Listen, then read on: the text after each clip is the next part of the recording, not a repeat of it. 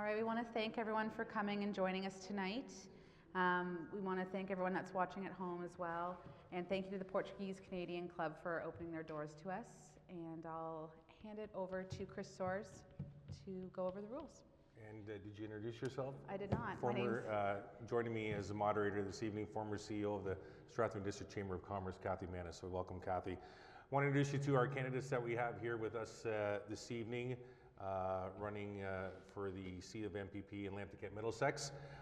From left to right, Andraena Tilgner from the Green Party of Ontario. In the middle, we have Cathy Burghardt-Jesson from the Liberal Party. And on the right, Kathryn Shailer from the Ontario NDP. Want to recognize we absent candidates in the riding, not with us this evening, Andy Fisher from the New Blue Party and incumbent Steve Pinsnell from the Progressive Conservatives. Just going to go over the rules quickly for everybody in attendance and here at home. All answers from the candidates are going to be timed. We're going to start with opening statements. Each candidate will have 2 minutes for opening statements. We will start from left to right. All candidates were drawing seats randomly before we went on the air. And then we'll go to some questions with Cathy and myself. We have a lot of submitted questions from the public, so we thank them for that as well. Every time a candidate gets a question asked first, they will have a minute and a half to answer that question. And then any rebuttals after that will be a minute in length. Candidates, when you're getting close with 10 seconds left, you'll see my arm go up. That means you have 10 seconds left, and then you'll hear this when your time is done. If you hear the bell 2 or 3 times, then we have a problem. So we're just going to ring it once, hopefully. And Cathy and myself will keep that topic going. If there's still rebuttals going on, we'll monitor the topic. If not, we'll move right on to the next question. We'll close with closing statements, also for 2 minutes, and we'll go in the reverse order of the opening statements, so from right to left. All right, let's start, Cathy. So we're going to start with opening remarks with Andraena. Thank you, and thank you to Rogers TV for hosting this event and making it possible. Right now, we're in a position in Ontario where we have 75,000 individuals waiting for autism services. We have, in 2023, we've had 1,200 emergency room closures in rural Ontario. We're facing challenges with the tariff threat. And behind all of that, as a backdrop, we have climate change happening. So what the Green Party is offering are real solutions, costed solutions, with a complete platform to address these issues. We want to address housing, we want to address transportation, and we want to begin fixing our education system, which has been chronically underfunded by multiple administrations, and we want to fix our healthcare situation, which is being stretched to the limit by underfunding and now by for-profit enterprises. So what we propose is a plan where we will get for-profit enterprises phased out of our healthcare system, limit and prevent further for-profit enterprises, increase funding for our schools by $1,500 per student to bring us back to pre-conservative levels of funding, and fix our school infrastructure, and fund housing, deeply affordable housing, to address our homelessness crisis. Thank you. Thank you, Andraena. Cathy? So I too want to echo the thanks to Rogers for putting this on tonight, and to Cathy and Chris for moderating. You know, these gatherings are incredibly important to our election and our democratic process because they provide an opportunity for voters to hear directly from the candidates, at least the ones that show up. These meetings promote transparency and accountability and encourage informed voting. So I want to thank all those that have joined us live in the audience and those at home that are either watching live or back at your convenience, because taking the time to be here and watch this shows your commitment to your community and our region. So I'm the Mayor of Lucan-Biddulph, and I'm a councillor with Middlesex County, and I've had the privilege to be the warden of the county 3 times. I am very proud of the initiatives that I've been able to lead in my home and county communities. I love what I do, and I love the service work that comes from being a municipal leader. And my experience makes me keenly aware of the challenges and the opportunities that are in front of us today. I hear directly from residents like you when you tell me that you no longer feel represented by this government. I see how Doug Ford has continually failed you by not fulfilling his promises or living up to his mandate. And now he has asked you to give him a bigger one. It's the stories that I hear from you and the distractions that Ford is constantly dangling in front of us that has me committed to wanting to represent you at Queen's Park for the next term that we're about to face the election for. So I look forward to the conversation tonight, and I look forward to hearing from my colleagues at the table. Thank you, Kathy. And next we have Kathryn.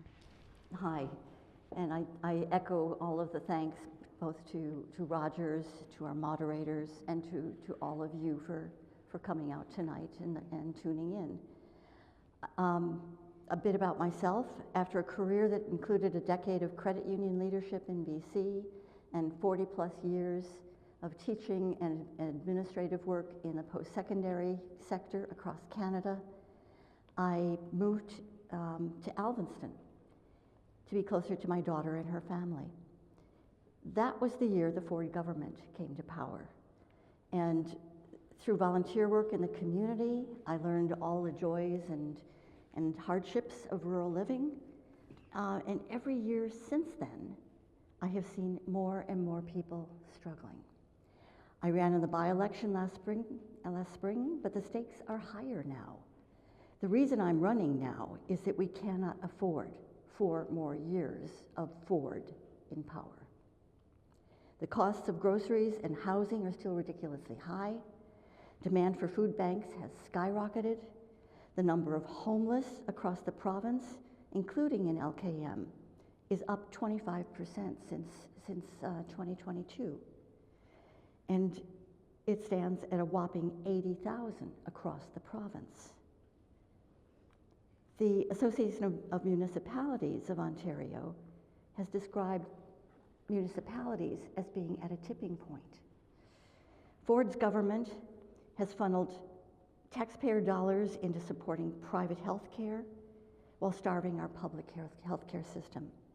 Our prosperity and our children's and grandchildren's futures, hopes and dreams are in the balance for want of adequate education funding, both at the K-12 and the post-secondary level.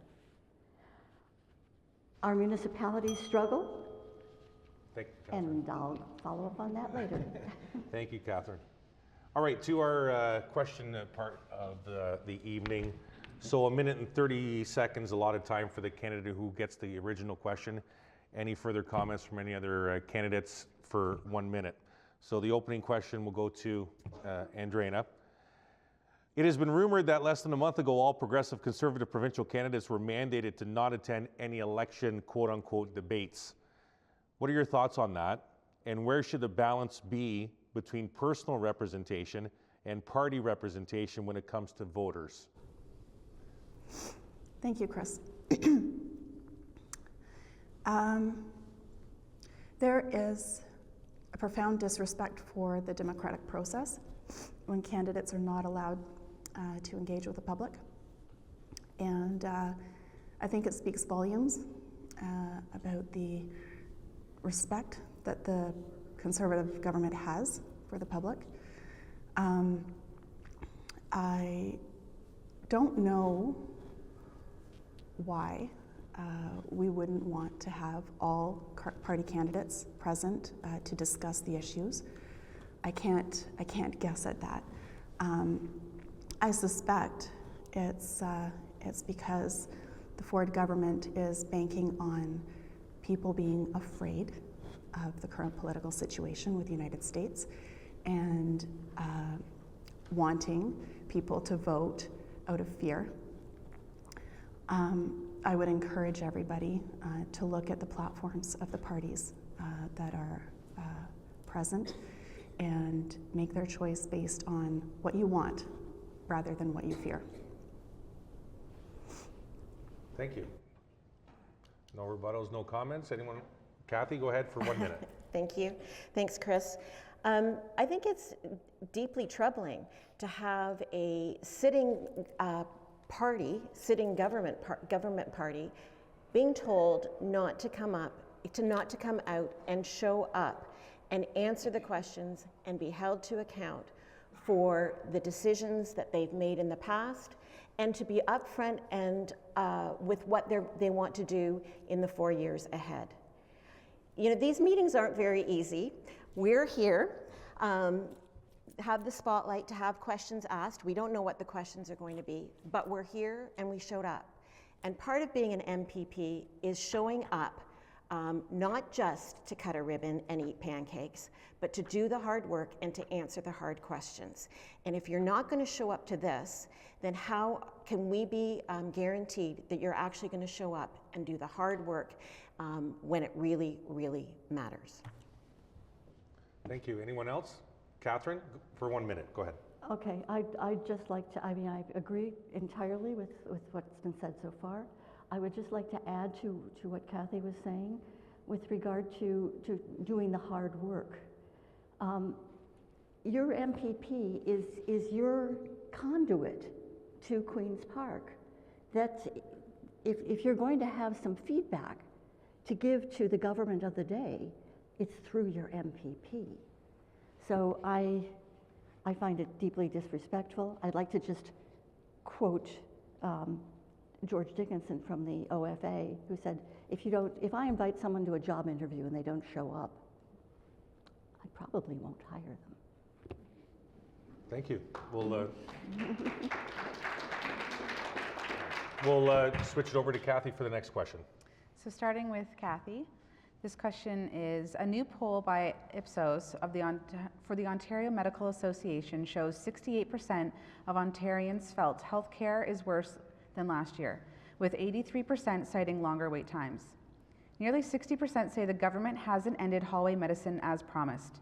The Ontario Medical Association is urging Ontarians to evaluate candidates' healthcare policies before voting. Do you agree with the 68% that say healthcare is worse than 2024? Well, absolutely. I mean, we only have to look in Strathroy and not far from here into the Lambton part of Lambton-Kent-Middlesex to see how many people have been without doctors and the difference between 2020 and 2022. Those numbers have increased dramatically.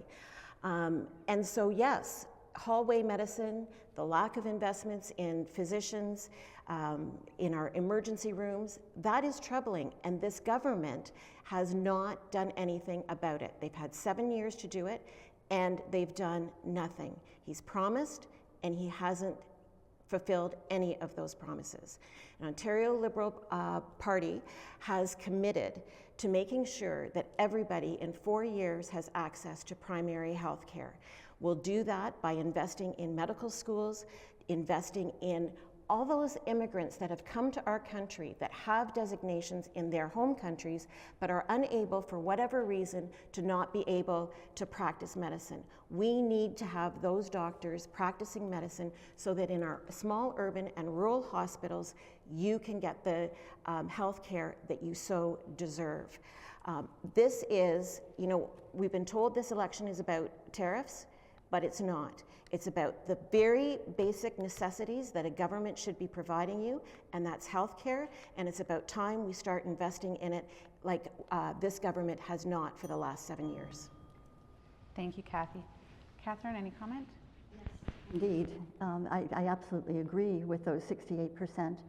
There are 2.5 million Ontarians who do not have a primary caregiver. And there are 400,000 in Southwest Ontario, not just in this riding, but throughout Southwest Ontario. It's a huge number. And that number, that 2.5 million throughout the province, is expected to grow to 4.4 million by next year. So we need to do something. We need to do something fast. So there are some fast things that can be done. That can be by an ONDP government would fund more residencies for doctors. We need more places for that.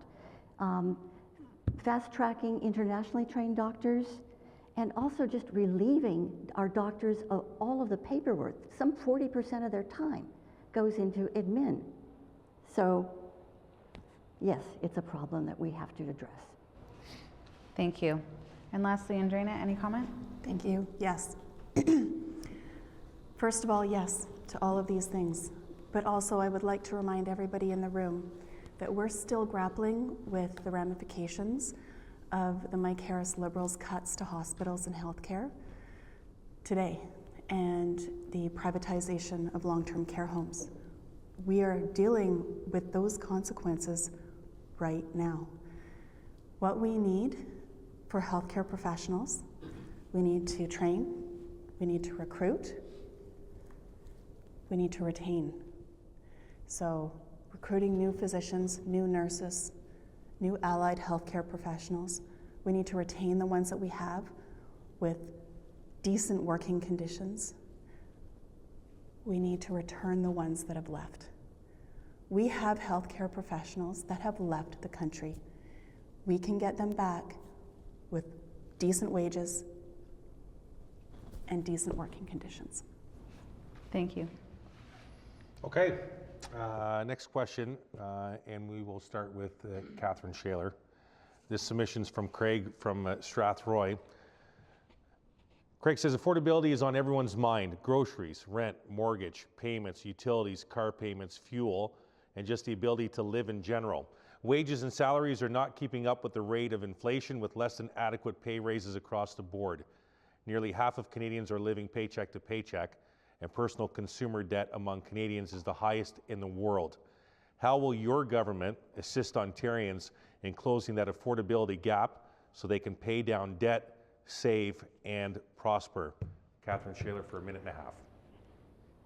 Affordability remains one of the biggest issues, and the two biggest components of affordability are grocery store costs and housing. Now, there's several levels to this. It's a complicated issue, but none of it is being solved by the Ford government. We need to build more housing. We need, the province needs to get back in the business of building affordable housing.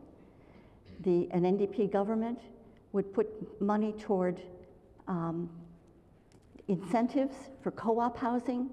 What we need are 1.5 million new affordable housing units over the next 10 years. We need housing for the homeless. We need housing for the people who are staying in shelters now and who are out on the streets. An NDP government would fund 60,000 affordable housing units and give them the supports they need. Groceries. We need grocery stores to be watched. An NDP government would have a watchdog that looked at how fast in a given period those prices are being raised. They would also have a family rebate for those of the lower and middle class who need help with affordability. Thank you. Thank you. Any comments from any of the other two candidates? Who would like to speak? Andraena? Yes, go ahead for 1 minute. Thank you. I agree with what Kathryn has said. However, we need to consider where these housing units are being put. We need to look at the composition of our communities, and we need to focus on establishing things like community food hubs, having people access food from the surrounding region instead of bringing food in from other countries. And I know with our seasons the way they are, some things aren't accessible in the wintertime, but we can do a lot with what we have locally. We can fund farming so that food becomes more affordable. We can incentivize local agribusiness so that our food doesn't need to break the bank. Our housing needs to be deeply affordable, but also located on transit corridors so that our deeply fundable. Sorry, Andraena. Cathy, would you like to comment? I mean, affordability, it is the catchword of this election. There's no question. I hear about it as I go door to door. Everybody feels the pressure of inflation and prices. Ontario Liberal government will do things for you where you can see actual results in your pocketbook. And we'll start by an income tax income tax rate cut for middle class families of 22%. And right there, families will notice a difference. We will take the HST off of heating and heating bills so that you can, on your monthly bills, see a difference. These are quick things that can be done. And how are we going to do that? Because we're going to reprioritize where we're spending our money. We're not going to be spending money on our friends, our rich friends. We're going to be spending our money on you. Thank you. Cathy? Starting with Andraena, the Liberal Party is promising to double the Ontario Disability Support Program. What is your party's plan to support this program, and how long would your party take to implement its support if elected? This question is submitted by Tammy. The Green Party is, our platform is to fund the Ontario Disability Support Program and peg it to inflation. So we immediately want to make an increase and thereby bring folks up past the poverty line, and then we want to peg it to the cost of inflation so that we don't have ODSP citizens falling behind again. And that includes Ontario Works as well. If you can't work 8 hours a day and afford a single room apartment, then we have a deeply broken system. We need to look at making sure minimum wage meets individuals' needs, and we need to do it immediately. And that's what our platform will do. Thank you. Cathy, any comment? Well, yes, I'm very excited about the announcement when the platform was released that the Ontario Liberals would double ODSP payments. I mean, these are investments that haven't been made in a very, very long time. And if we want people to be successful and be able to access housing, we have to ensure that they have the means to do so. So very excited for this announcement. We think that'll make a huge difference to individuals and families. And we'll look at how that program, after we double the payments, then how we can index that to with inflation, much like the Green Party has announced. But this is significant investment that hasn't been made in years, and it's long, long overdue. Thank you. Kathryn? I agree absolutely, and I'm very pleased that the ONDP platform also calls for doubling Ontario Works and ODSP payments. I can't tell you, it's interesting. This campaign round, I have talked to a number of people whose either their children or they are on ODSP, and they have just had to move back home. They cannot, at age 40 or whatever, they cannot afford to live on their own. That's not right. And I agree with after doubling the amount, it will need to be indexed ongoing, and the ONDP will do that as well. Thank you. Thank you, Kathryn. Back to Chris. Okay. This question is for Cathy and submitted by Melanie. Melanie writes, how is your party going to respond to the ongoing request for proportional representation through ranked ballots by electoral reform? Is your party prepared to do this important work? That means cooperation and compromise among parties who agree that making the popular vote more closely match the seats is a shared priority. Cathy. Thanks for that question. I think from Melanie, I think you said it was from. Yep, thank you for that question. So I'll be perfectly honest, it's not part of a formal platform statement that the party has issued, but certainly the Ontario Liberals have shown a great history in proportional representation. I mean, when our last leadership race was done with ranked balloting, and we were allowing municipalities to run their campaigns with ranked ballots. Actually, the City of London ran their election with ranked balloting. And then when the Progressive Conservatives won, they did away with that. So certainly, I get the sense that from a historical standpoint, that this would be something that the Liberals would be interested in. And I think to her question or to her statement about working together, I think that this table shows you that we can get along, and that's what government's supposed to do, is to have discussions and to try to move the business forward and negotiate and come to some sort of consensus. Thank you. Kathryn, would you like to comment? I'll just say that it's not part of the current NDP platform, but it has been in the past. So this is also there.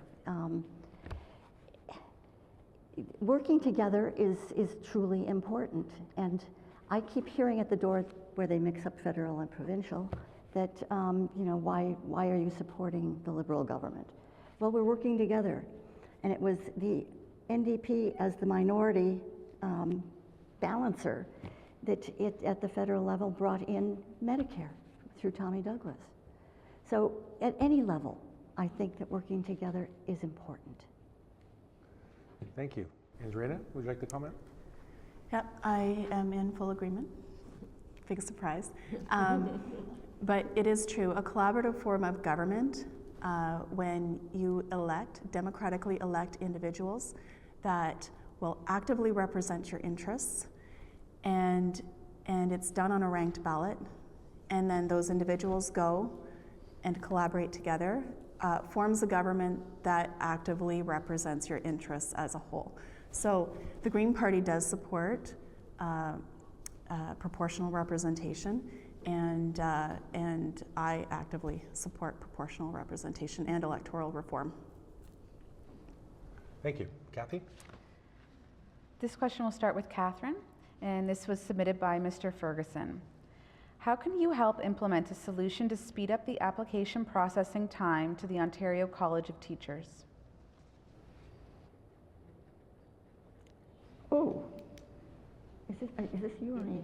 Kathryn. Okay. Okay. That's interesting. I actually don't know.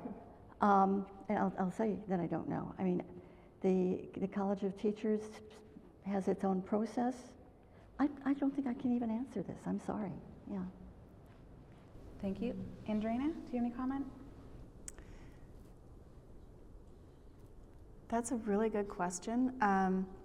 The Ontario College of Teachers, as a regulatory body, would be the professional association that regulates the professional practice of educators in this province, very similar to what I work with in my profession as a respiratory therapist. And those are delays that are usually administrative. To solve something like that, you really need to look at how that regulatory body, their constitution, what their marching orders are. So I agree with Kathryn off the top of my head. Without having an in-depth look at how that college is run, it's very difficult to say how that would be improved, but not to say that it can't be. Yeah. Thank you. Kathy, any comment? I mean, I would just have to echo what has been said. I can't say that that has been a question that has been posed before. And, you know, government can help when it comes to speeding up the education process, that sort of thing, but the actual governance of the board, I hesitate to step into that. It can always be looked at, but certainly, as I say, it's not something that's come up before. I'll make sure yes, Kathryn? Just throw in something? I mean, I'm trying to figure out what's behind this question. Is it they seem to think we want more teachers? We lost a lot of teachers from Bill 124 during COVID, when all of our public sector workers, which included nurses and teachers and education assistants, were held to 1%. Essentially, their wages were frozen until the court said, no, you can't do that. And of course, Marit Stiles held Ford's feet to the fire over that one. We can bring them back. I agree with Andraena, just like the healthcare workers with proper wages. I just wanted to add that the professional colleges, as they operate in Ontario, are at arm's length from the government. And that is actually a very healthy thing. They are responsible for basically your professional code of conduct. So yes, we can gently nudge and encourage the professional colleges towards efficiencies in processing, but I would hesitate before interfering too much in that process. You want your college, unless there is a regulatory issue that is not being satisfied by the college, you don't necessarily want to interfere with that process, because they do need to operate within the academic and regulatory bounds that they have been given. Thank you. Back to Chris. I'll make sure I'll respond to Mr. Ferguson tomorrow and let him know how well his question went over. All right, our next question will start with Andraena. What do you believe is the most important issue facing our community right now, the Lambton-Kent-Middlesex community, and how do you plan to address this issue if elected? Thank you, Chris. It's really hard to pick just one issue. Because I'm in healthcare, I am motivated by the state of healthcare right now. It is not exclusive. The issues that healthcare are facing, I know we're facing them with education across the board as well, but these are the services that we pay for with our taxes. And here's the thing, we are spending tons of money focused on the GTA, tunnels that we want to build, private spas being funded, and yet we don't have the money to fund the basic things that, in my mind, are the fabric of our social contract.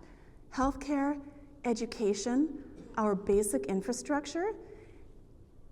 Rural communities contribute $50 billion to our economy.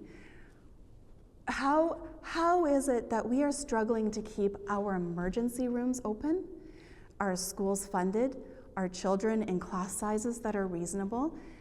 I am so indignant over where our money is being directed. That is where I want to focus my attention. Why are we, thank you, sorry, thank you, Chris. Why? You still have 10 when the arm goes up. Why? This happen? As a community, why are we letting this happen? It's obscene. Okay, there you go. Thank you, Andraena.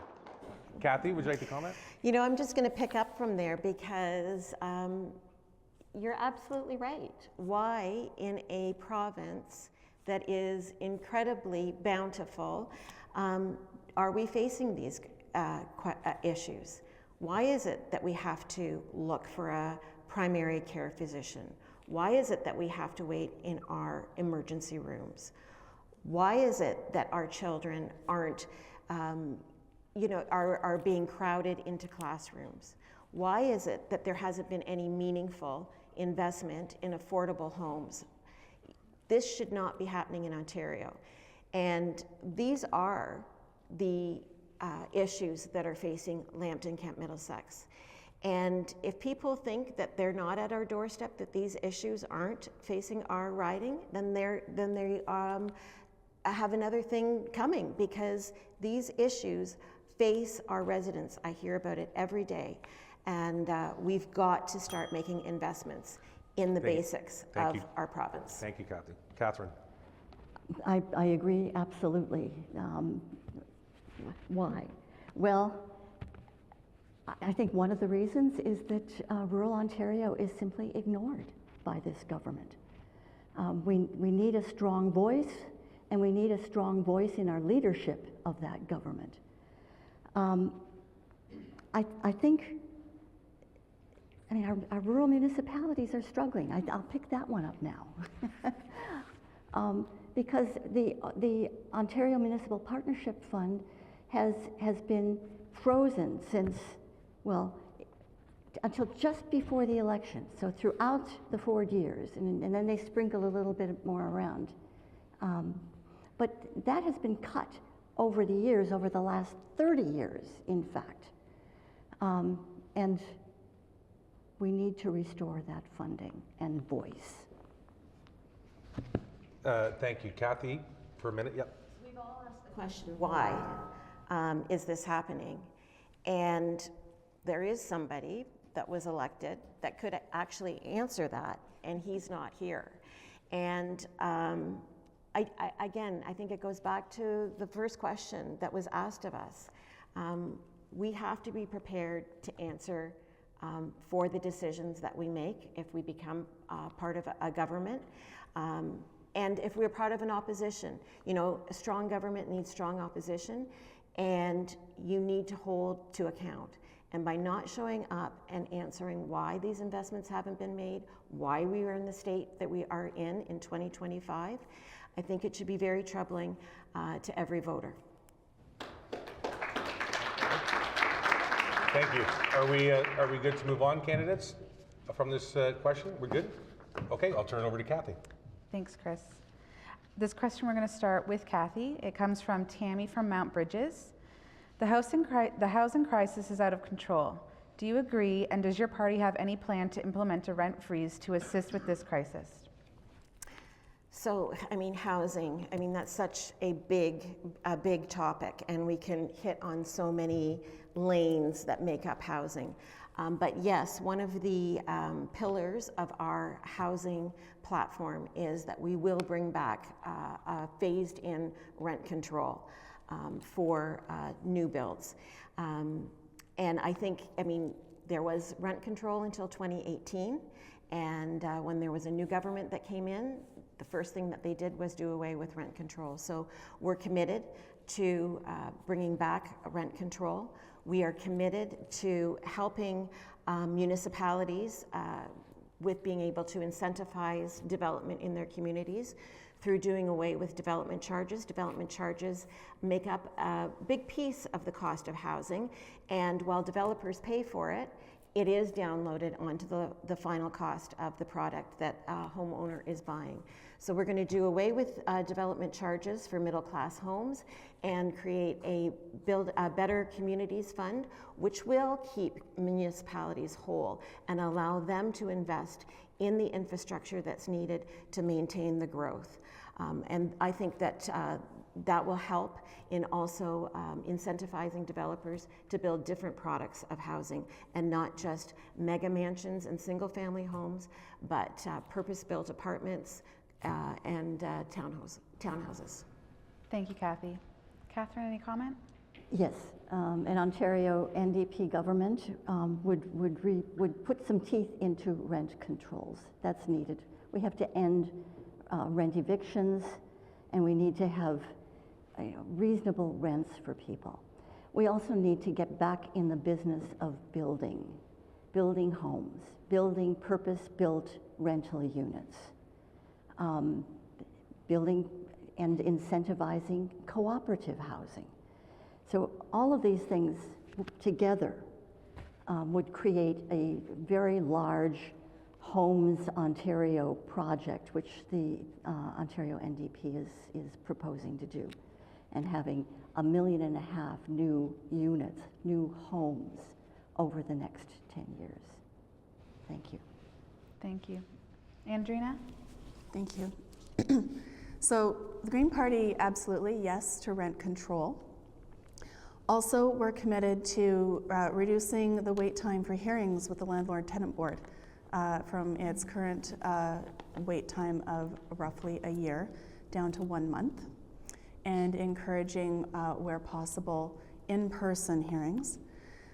We're also looking at funding over 250,000 deeply affordable units with wraparound supports, and doing that immediately using the supports of nonprofit organizations. So we don't support creating an entirely new government department to do this. We want to engage the boots that we have on the ground now so it can be done as fast as possible. We want to eliminate the land transfer tax for first-time home buyers as well, so that our kids have a chance at home ownership.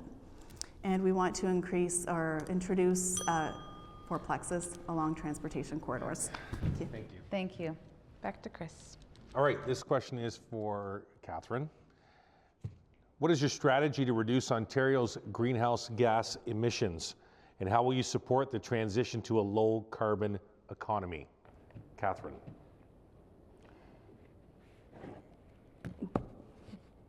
Greenhouse, well, we need to invest in a green economy is what we need to do.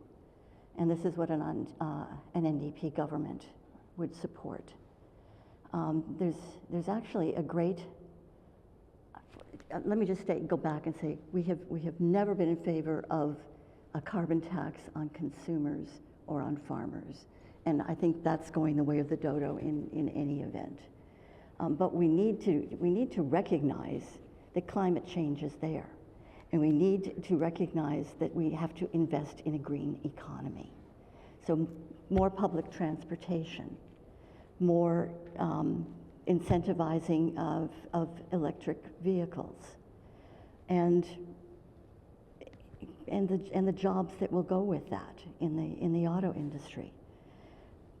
We also need to be looking, there's maybe a good opportunity here in this agricultural belt of looking at not just sending all of our soybeans and corn off to the US, but using some of that for biofuels and using it for other parts of the bioeconomy. So there are a lot of things that we can do. Thank you. Andraena. Thank you. So the Green Party definitely wants to invest in the green economy. We want to introduce an innovation fund for individuals to develop green jobs. We also want to build, I keep coming back to this, our housing density along transportation corridors so that our deeply affordable housing is also next to deeply affordable transportation. So that addresses two things at once. And in terms of renewable energy sources, Ontario actually used to have, before the Conservatives came to power, one of the cleanest energy grids in Canada. And that has deteriorated over the past 7 years. So we want to return to renewables. They are projected to become 40% more affordable even than they are, which they are the most affordable source of power right now. And we are committed to maintaining the nuclear power that we do have. Thank you. Cathy. Well, first and foremost, the Ontario Liberals will not have a carbon tax on consumers. We will expect high users to have to pay, but we will also be investing in a green economy. Public transportation is key to that, and not just in our urban centers. We have to look at public transportation for our small urban and rural centers as well. They need to be part of a public transportation grid, and it needs to be invested in ways that aren't being invested in now. And like the Greens, we want to get back to renewables as well. As was just mentioned, you know, before 2018, we actually had a pretty good, clean thing going on.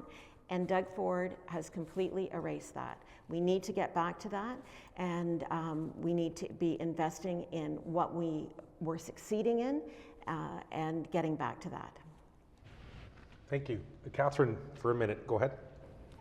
I'd like to add that a green economy is a great idea, and the Liberals that were tossed out by the Ford Conservatives in 2018 were tossed out in large part in this part of the country, or the province, because of windmills and because of the lack of collaboration and consultation with what was being done in going ahead with alternative energy sources.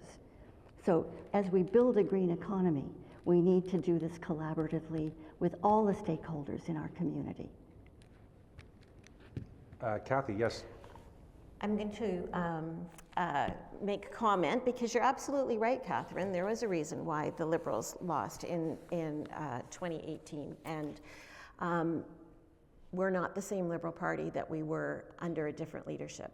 Bonnie Crombie is a different leader than previous leaders. She's much more of a centrist and much more of a realist. She knows what will work with municipalities and communities, having been a municipal leader.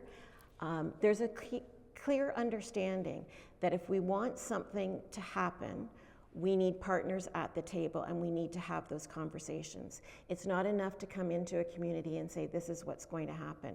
You need willing hosts, whether it's windmills, whether it's dumps and landfills. Municipalities need to be part of that discussion, and communities need to be, and the Liberals recognize that, and I'm proud to be part of that. Anyone else on this topic? We're good? Okay, Cathy? So starting with Andraena, this question is from Chris in Newbury. How will you support small businesses and entrepreneurs in Ontario, and what initiatives will you implement to promote economic growth? It's a very good question. The Green Party of Ontario proposes investing in funds to stimulate the small business and local economies. We want to invest in food hubs and local businesses so that when you go out your front door, your local cafe, your grocer are all close to you. And we want to remove the cap on agribusiness investment funds so that we have the freedom to start developing solutions locally. Yeah. Thank you. Cathy? Well, we will begin by cutting small business taxes for small businesses, and that will save an average for most small businesses between $18,000 and $22,000 a year. And that will make a huge difference, because then small business owners can put that money right back into either growing their business or investing in employees, bringing more employees on. We'll work with apprenticeship programs so that those small businesses that bring on students, apprentices, or co-op interns will be incentivized, and we will up grants that right now have not been increased in any sort of meaningful way. And sorry. Excuse me, so that employers will have the opportunity to not only train people in their field, but also let students know about the sort of work that they're doing. Thank you. Thank you. Kathryn? Small businesses are the heart and soul of rural communities, and they need to be supported. The Ford government had, during COVID, supported small businesses with a particular grant, and the NDP urged them to continue that and to extend the time of that grant, but that did not happen. So what an NDP government would do is take a good hard look at the type of grants that our small businesses need at this point, and other incentives. What small businesses also need to attract people into their communities are proper health care and proper education. So funding these things will also help small business. Thank you. Thank you, Cathy. Over to Okay, you. our next question is for Cathy, submitted by David in Strathroy. David writes in, what is your strategy to address the healthcare staffing crisis in Ontario? And how will you ensure that all Ontarians have access to a family doctor?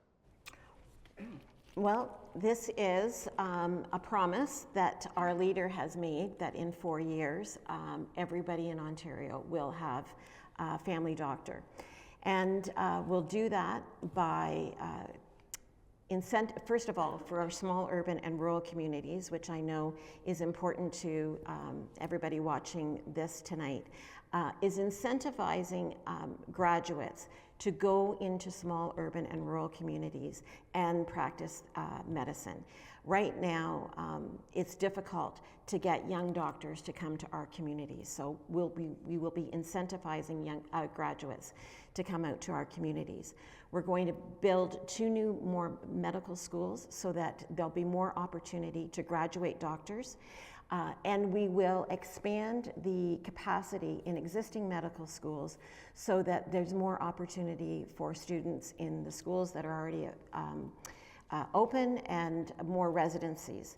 And as I mentioned a few questions ago, you know, we have immigrants that have come to this country that have medical professional designations, but are unable to practice in Ontario for a variety of reasons. And so we will model the success of programs that are happening in other provinces. In Alberta, in Manitoba, they're seeing great success in being able to fast-track immigrants so that they can begin practicing what it is that they went to school for. Thank you. Kathryn. Healthcare. This is also one of the very big issues, and an Ontario NDP government would invest, immediately in the first 100 days in getting teams funded properly, so that there would be more healthcare providers. And we're looking at hiring 3,500 new doctors. We're looking at funding more residencies in existing medical schools. That's one of the big holdups, actually, is those residency spots. And then, of course, the internationally trained doctors. There's some 13,000 of them in the province right now, and we need to take a much harder look at that. The team approach is a good one, but it needs to be properly funded. And the funding that has been promised by the current government is simply not enough. We're looking at $4 billion over the next 4 years. Thank you, Kathryn. Andraena? Thank you. So family health teams are a great idea, and the Greens support the health team model. And the reason why they work is because they engage allied health professionals, physicians, nurse practitioners, and the team supports one another. It takes the burden off of a single family physician, for example, and we share administration. So the thing to know is that nurse practitioners could be doing a lot more. We have private nurse practitioner clinics popping up that are being allowed by the government, kind of under the radar, but they're doing this because there's a need for the care and they can't bill OHIP directly. So the Greens will support expanding the scope of practice for nurse practitioners and engaging them in family health teams, funding tuition for the in-need professions, and again, recruiting, training, returning professionals, yes. Thank you. Kathy? This question will start with Kathryn. What is your plan to address the repair backlog in Ontario's schools, and how will you ensure that all students have access to safe and modern learning facilities? Well, this is a travesty, actually. Crumbling schools. CUPE, I think, released a report just recently about this. What the Ontario NDP is committed to doing is 830 million a year toward getting rid of that backlog of maintenance over a 10-year period. I had a personal experience with this. My grandson goes to Brook Central, and they were going to repair the roof one summer, and they sent the engineers in the fall to just sort of get ready. And then they closed down the school within a week because they discovered that it was not stable. Then what they did was they bussed the kids off, not for just a month or two, but for the rest of the year. More disruption on top of COVID. So yes, we must fix our crumbling schools, and the Ontario NDP has a definite plan. Andraena? Thank you. The Greens will invest in our school infrastructure as well as in students. We want to fix our crumbling schools and fund students and support workers. And also just address why rural communities are having to struggle to keep their schools. They're the heart of a community. Our students deserve to be able to learn in the communities that they live in. Part of education for young children is being able to walk down the street and identify, you know, where everything is. That was part of the curriculum for my children. And I don't understand how you can do that if your children are being shipped off to schools in other communities. Or in Lucan's situation, our French immersion students all the way into London. Thank you. Kathy? There's actually two parts to that, if I remember the question correctly. There's the crumbling schools, and then there's the safety for our students. So the crumbling schools, it's, you know, this current government, again, has distracted us recently with some shiny toys saying that new schools are going to be built across the Thames Valley School District. And yes, new schools are needed, but it's not enough to just build new schools. We have to invest in the classrooms that are already existing. And that means from a maintenance standpoint, so that they're actually safe buildings and they are up to date, so that, you know, they have air conditioning, and that they're comfortable for our staffs and our students. So yes, the Ontario Liberals will invest in our crumbling schools that are in existence now. From a safety perspective, we're going to invest in teachers and teaching assistants so that classroom sizes are manageable.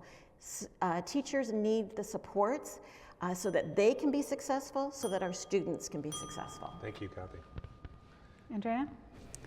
I'd just like to add, the Green Party is looking to add teaching assistants and decrease class sizes, as well as introduce funding so that schools have the freedom to invest in professionals that are appropriate for the school. And every school is different.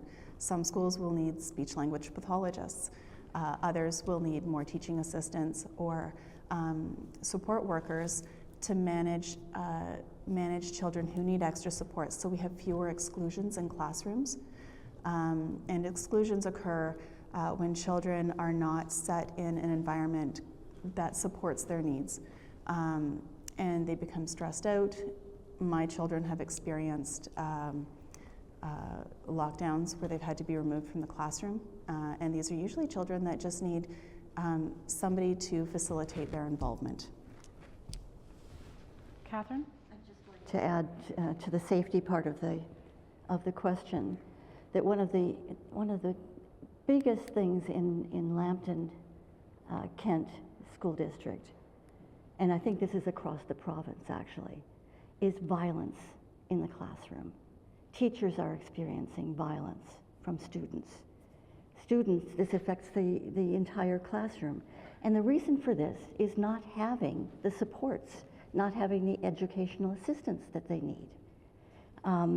So it all goes back to having our schools and our staffing properly funded. Thank you. And Kathy, you had a comment? I did. So to just jump off on that, we have to make sure that our teachers are properly supported, and that means with the appropriate professionals in classrooms. So recently, you all probably received a $200 check from this current government. That cost our province $3 billion. $1 billion will allow us to hire tens of thousands of teachers and teaching assistants and the appropriate professionals to be in our classrooms. So I hope you enjoyed your $200, but if we took just a third of that, we could have made a big step in solving the crisis that our classrooms are facing. And instead, again, we've all been given a shiny little star to distract us from what's really going on. Thank you. Okay, the next question is from Julian Glencoe, and it starts with Andraena. How will you protect Ontario's natural environment, and what investments will you look to make in conservation and sustainability initiatives? Thanks, Chris. So the Green Party, first of all, wants to strengthen the protections for the Greenbelt. There has been a recent assault by the Ford government on the Greenbelt integrity. We plan to strengthen those protections, but we also want to introduce a Blue Belt that protects our major waterways, our critical waterways, and we also want to introduce a farming belt to protect our farmland from urban sprawl. We are currently losing 300 acres of prime farmland per day in Ontario. And when we talk about security, we need to think about food security. We're talking about tariff threats. We can feed ourselves if we can protect our farmland. Affordability. If we can produce the food that we need, our affordability issues are lessened. And if we're growing our food close to home, we don't have to transport it over great distances. There are issues, again, with our seasonality of our crops, but we have greenhouses being installed in Chatham-Kent. We have all kinds of initiatives that can support our environment.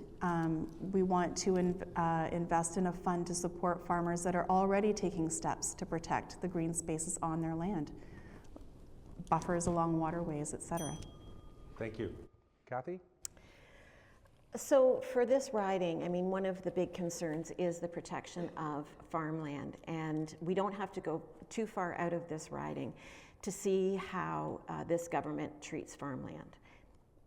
Doug Ford's no friend to our farmers because he has he's made it the Wild West when it comes to land designations. And if farmers think that their agricultural land is protected under this government, they're sadly mistaken. So we will protect our farmlands through our housing initiatives, looking at more intensification rather than urban sprawl. We'll bring back planning statements that actually give protections to municipalities so that they can grow appropriately and not just play in a Wild West environment. We too will establish a food and water belt so that our farmlands are protected and that we can grow our food close to home. And again, we'll make sure that the green belt is protected. And we'll look at giving back to conservation authorities what was recently taken from them. You're getting good, Cathy. Kathryn. Kathryn, please. Well, I'll just jump off on the conservation authorities whose funding was cut. They have education programs for the public, but they also work with farmers on pesticide use and more environmentally friendly practices. They help them get grants from the federal government on getting environmental partnership grants. The waterways, the Sydenham River runs right through this riding, and it has become terribly polluted, but it's not beyond repair. We can still save it. This Ford government is allowing a dump that will pollute the Sydenham River in Dresden, and it could happen anywhere, and we have to stop those things. We need tougher regulations on what... Sorry, Kathryn, thank you.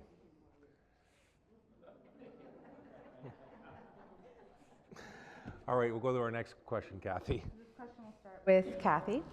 How will you ensure accessibility and inclusivity for people with disabilities in Ontario?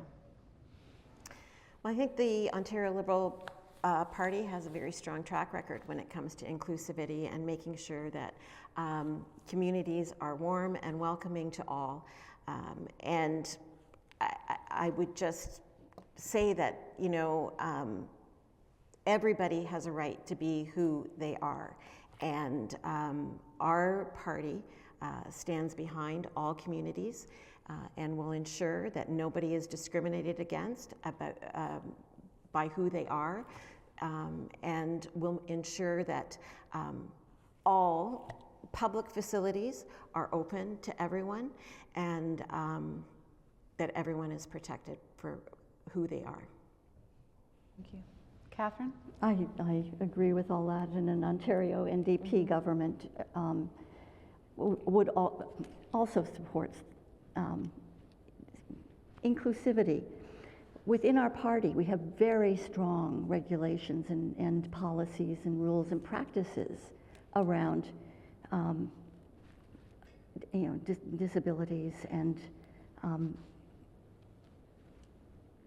people who've been racialized, people who have been discriminated against for various reasons, for what they wear on their head or for what they practice in their religions. We need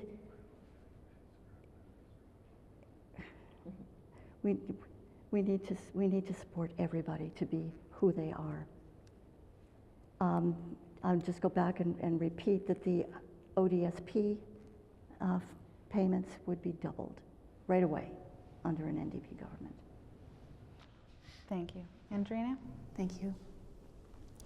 So the Green Party does, again, support ODSP increases as well as Ontario Works, but that is also assuming that people with disabilities are on ODSP, and that's not necessarily the case.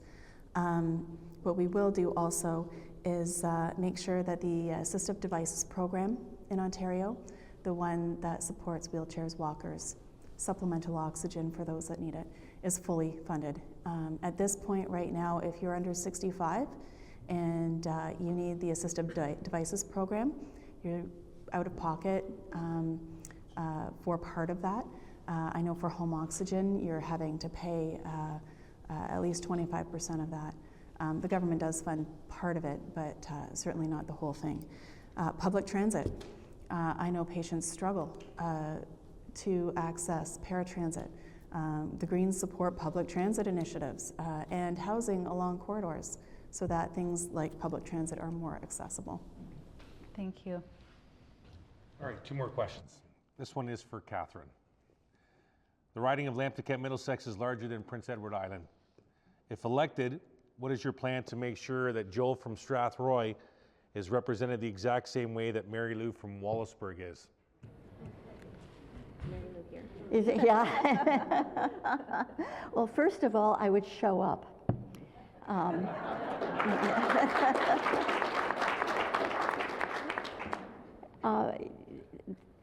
You have to have multiple offices across the riding. You have to have a large staff that assists you in responding to all of the questions that people have, so that you can get back to them. And I would get back to everybody who wants an answer about what we're doing at Queen's Park directly. So it takes a lot of work. It's a big riding, but you've got to have more of a staff to do that. And one thing I have done over my career is mentor a lot of people, and working for an MPP in that office is a great way to be mentored toward going into politics. So there, yeah. Thank you. Andraena. Thanks. So, first of all, I'm not going to assume that Joe and Mary Lou need to be represented exactly the same, but I will show up and find out what they do need, and I will do that for every community. I would be accessible and putting in the time. I believe people who are representing communities need to be accessible. I have a website, you can reach out to me now, Andraena at andetforgreen.ca. And further to that, I will show up in Queen's Park. When I have your your concerns and your needs, and I find out what exactly it is that is concerning you in the moment, I will take those with me to Queen's Park and be present for the votes that occur. And you can hold me to that. Thank you. Cathy? Well, I think all three of us have shown everybody that we will show up. I don't think that can be repeated enough. But certainly my track record as a municipal leader speaks for itself, because I do show up and I do the hard work. I've done that for my community and I get the answers. They may not be the answers that you want, but I will get you the answers. And I will fight for what it is that you need. And as I say, you don't always get what you want, but we can work towards getting you the answer, and we can work towards getting you in a lane that you can work with. And whether that's a planning matter that isn't being, planning rules aren't working for you, we think about what our policy looks like. It could be not getting a birth certificate. You have to have a strong constituency office that's available to everyone. Thank you. Thank you. Cathy? So our last question tonight, we'll start with Andraena. How do you plan to work with other MPPs, regardless of political party, to get things done for our community? Thank you. I can work with anybody. I may have my preferences, but I can. I've worked in healthcare for 20 years. So I'm persistent. But also, the Green Party, I don't work for Mike Schreiner. I don't take my marching orders from Mike Schreiner. I take them from the people that I represent. So, in terms of representing the needs of the people that I'm representing and who I'm working with, I'm persistent, and I'm prepared to take your concerns and what you have to say about what's going on in your communities to Queen's Park. Thank you. Cathy? Again, my track record is one that I'm very proud of in the people that I've been able to work with and the things that I've been able to get done for Lucan Biddulph and for the County of Middlesex.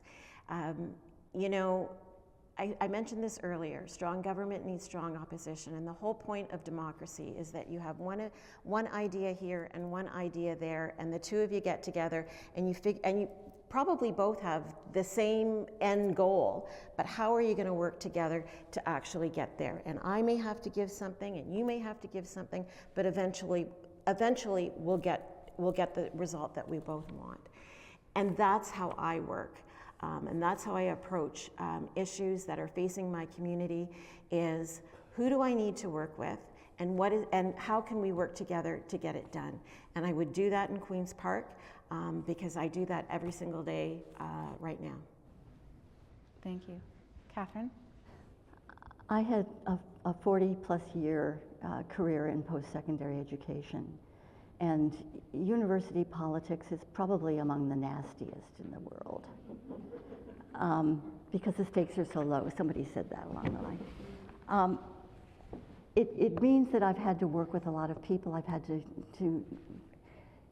to work with a lot of different governments. I could not be political like this as a senior administrator, but I had to work with many ministries of advanced education in 4 different provinces with different governments, different shades of government, to get the program funding that we needed, to advocate for what we needed. So I know how to work with people who I don't necessarily share political views with, but what you look at is who you're going to serve and getting things done for them. Thank you. All right, that concludes our question section of the program. I want to thank the three of you for answering questions. You knew some topics that were coming, but you didn't know any of the questions that were coming, so thank you very much for that. We'll move on to closing statements now. We'll go in reverse order of our opening remarks, and we'll start with Kathryn Shailer for 2 minutes.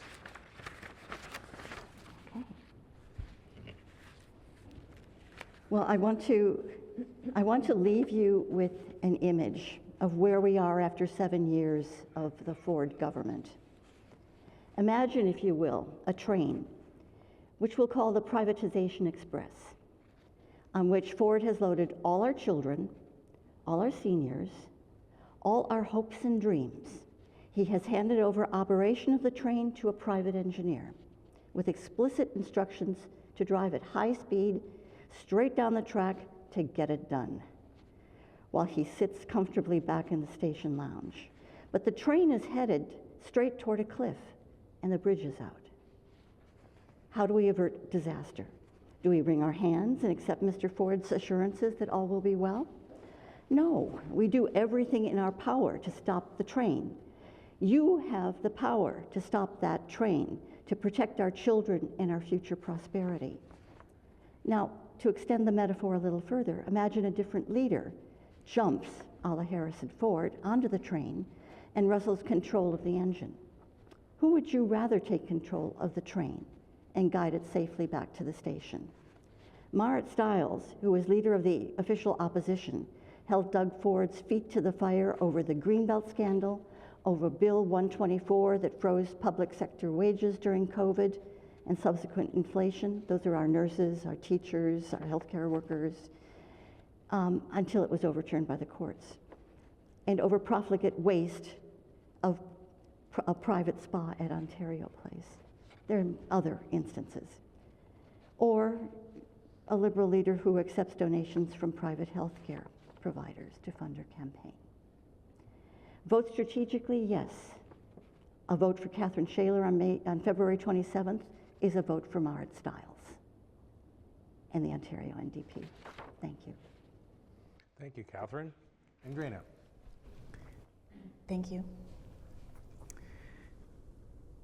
We're at a state right now where the social contract that we all thought we had is being changed underneath our feet, to put it politely. We have for-profit companies coming in, and instead of providing care, asking themselves, what does this patient need and how can I meet their needs with my budget? They're asking, how can I make a profit off of this person's suffering? We have schools that are being underfunded. We have climate change at our doorstep. And it's not some frou-frou idea. We literally hit peak oil production during the pandemic, and people were so distracted that they didn't notice. So it doesn't matter whether we have a carbon tax. Oil is going to get more expensive as the years go on, whether or not we have a carbon tax. We have to invest in a green future in order to be able to thrive over the next 20, 50, 100 years. And we need to make sure that we're keeping the for-profit sector out of healthcare and out of education. Once it's in, it will be almost impossible to get out. Once we have American-style healthcare and those profits are being made, we have an incredibly powerful lobby that will be influencing our government, just like it is in the States. So if you don't want to be paying out of pocket for your healthcare, if you don't want to be worrying about whether you can breathe in the summer because of forest fires, you need to look at what kind of government you're voting for. Thank you, and I must apologize. I should have went to Cathy instead of you, so I apologize for that. Andraena? Cathy. Okay. Well, thank you for the discussion and the opportunity to be here tonight. And again, thank you to Rogers and to Cathy and Chris for putting this all together, and for Andrea and Kathryn for being up here. You know, you have a big decision in front of you, and it's one that you cannot take lightly. I know making the decision to run for higher office was one that took me a lot of time to make. So we've been told that this election is about one thing, but don't be fooled. Nothing could be farther from the truth. And it's time to hold Doug Ford accountable for not delivering for you. He's had 7 years to fulfill promises and to invest in the things that are important to you. But what has he done? He's invested in his buddies, The selling of Ontario Place for a mega foreign-owned spa that I don't think any of us will be able to use. The closure of the Science Centre, which I would guess that we've all been to and enjoyed. You know, the dismantling of the public healthcare system by investing in for-profit healthcare, and of course, the Greenbelt, for which he is being investigated by the RCMP. We cannot lose sight of that. How has this all benefited you? Where are the healthcare fixes? Where are the education fixes? Where are the housing fixes? He didn't get any of it done. He doesn't care about you. He is not your friend. If he hasn't been able to deliver on the promises that he made, then how do you think he's going to actually be able to deliver from this, against this threat from the South? The Ontario Liberals have a plan that will deliver for you, but more importantly, I am a candidate who has a track record to deliver. Local representation is extremely important, and you have to take that into account when you go mark your ballot. It's about showing up when it's hard, it's about asking the questions, and it's about working for you. I do that, I've proven that. Thank you. Kathy? So that concludes the evening tonight. So I just want to thank our candidates for coming out and taking the time to talk and answer the questions. Thank you to our audience for attending, and thank you to everyone tuning in at home, and for all those that submitted questions in advance for us and participating in that capacity. Also want to say a thank you to Rogers TV for producing this night, and to my co-moderator, Chris Soares, for putting everything together, and again, the Portuguese Club for hosting us. Cool. Just for our viewers at home, rebroadcasts start on the Rogers YouTube channel February the 21st. It'll start airing on Rogers TV multiple times during the day until Election Day, starting on February the 23rd. For those of you here with us tonight, you should be getting your voter cards this week, and if you don't, it doesn't mean you can't go vote. You just need ID, proof of your name and address, and you can vote at the former Amy's Restaurant on Center Road. Also, if you want to vote by mail, you can do so at Elections Ontario website. The deadline is this coming Friday at 6 p.m. So thank you to everybody, and remember, you don't have a say if you don't vote, so please vote. Thank you to everybody, and good night. My name is Andy Fisher, and I am running for MPP in Lambton-Kent-Middlesex for the New Blue Party of Ontario. I know that this election has been primarily focused on agricultural and rural issues so far, but I'd like to take a moment of your time to talk about another issue that's just as important, and that issue is healthcare. The famous motivational speaker, Tony Robbins, once made a quote that gives me chills every time I hear it. He said, "Normal people have 1,000 dreams. Sick people have just one, to get better." I would like to suggest that in Ontario, we are sick.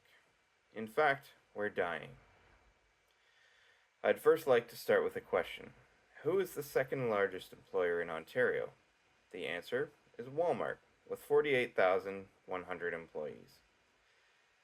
The number one employer in Ontario is the Ontario government, with 225,600 people employed as of 2024. I would like to suggest that we are overgoverned in Ontario. Doug Ford has promised to end hallway healthcare, but the numbers suggest that he has done the opposite of this. In 2017, the average number of people waiting in unconventional spaces to see a doctor or awaiting treatment was around 1,000 people a day, sometimes as low as 850. As of 2024, that number has more than doubled to over 2,000 people a day waiting to see a doctor in a hallway. This has to change. Between this, the wind turbines that don't lower our hydro bills but do poison our drinking water, to the childish response on the tariff war with Donald Trump, to his backing down of his fight with Justin Trudeau's ridiculous and harmful carbon tax, these are just a few reasons why Ontario needs change.